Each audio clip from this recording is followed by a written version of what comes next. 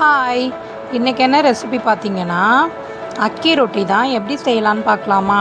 அதுக்கு ஃபஸ்ட்டு அரிசி மாவு வந்து ஒரு கப் எடுத்துக்கிட்டேன். உங்களுக்கு எவ்வளோ தேவையோ அவ்வளோ எடுத்துக்கோங்க. நான் 1 கப் அரிசி மாவுக்கு 3/4 கப் தண்ணி ஊற்றி உப்பு போட்டு நல்லா கொதிக்க விட்டுட்டு அந்த அரிசி மாவை போட்டு நல்லா கிண்டி எடுத்துக்கிட்டேன். அது வந்து சூடு ஆறுற வரைக்கும் ஒரு அரை மணி நேரம் வெயிட் பண்ணணும். ஏன்னா அப்படியே போய் தொட்டால் ரொம்ப சூடாக இருக்கும். அந்த மாதிரி சூடு ஆறிட்ட பிறகு நம்ம சப்பாத்தி மாவு கன்சிஸ்டன்சிக்கு பிணைஞ்சு எடுத்துக்கணும். குட்டி குட்டி உருண்டையாக வந்து போட்டு எடுத்துக்கோங்க. நான் வந்து இந்த மாதிரி பெரிய பெரிய பாலாக போட்டுக்கிட்டேன். ஏன்னா எனக்கு ஷேப் வந்து ரவுண்டு ஷேப் வரணுன்றதுக்காக. இந்த மாதிரி சப்பாத்தி கட்டையில் சப்பாத்தி தேய்க்கிற மாதிரியே அரிசி மாவு போட்டு தேய்ச்சி எடுத்துக்கணும். இந்த மாதிரி எக்ஸ்ட்ராஸ் வருதுல்ல, அது வந்து வீடியோக்காக நான் வந்து எடுத்துட்டேன். இல்லைனா நீங்கள் அப்படியே கூட சுட்டு சாப்பிட்லாம், ஒன்றும் நல்லா தான் இருக்கும்.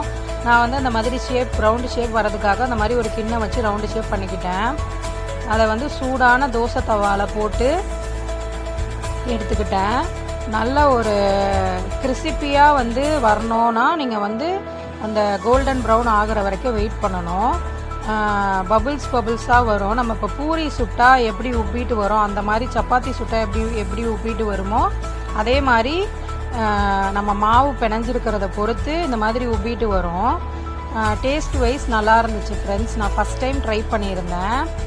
இதுக்கு வந்து நான் வந்து காம்பினேஷன் வந்து சிக்கன் கிரேவி தான் செஞ்சுருந்தேன். சிக்கன் கிரேவியோடு வச்சு சாப்பிடும் போது சூப்பராக இருந்துச்சு. இந்த மாதிரி எல்லா பக்கமும் சப்பாத்தி மாதிரி இந்த மாதிரி கோல்டன் ப்ரௌன் ஆனவுடனே எடுத்துகிட்டு சர்வ் பண்ண வேண்டியதான். நான் நெக்ஸ்ட்டு போட்டு எடுத்துகிட்டு சிக்கன் கிரேவி வந்து வச்சு சாப்பிட்டோம். நீங்களும் உங்கள் வீட்டில் ட்ரை பண்ணி பாருங்கள். இந்த மாதிரி ரெசிபி புது ரெசிபிலாம் வேணும்னா என்னோடய சேனல் சப்ஸ்கிரைப் பண்ணிக்கோங்க. நான் வந்து இது ஃபஸ்ட் டைம் ட்ரை பண்ணேன், எங்கள் அத்தை சொல்லி கொடுத்து. டேஸ்ட்டு நல்லா இருந்துச்சு. இந்த காம்பினேஷனில் சாப்பிட்டா ரொம்ப சூப்பராக இருக்கும். Bye friends.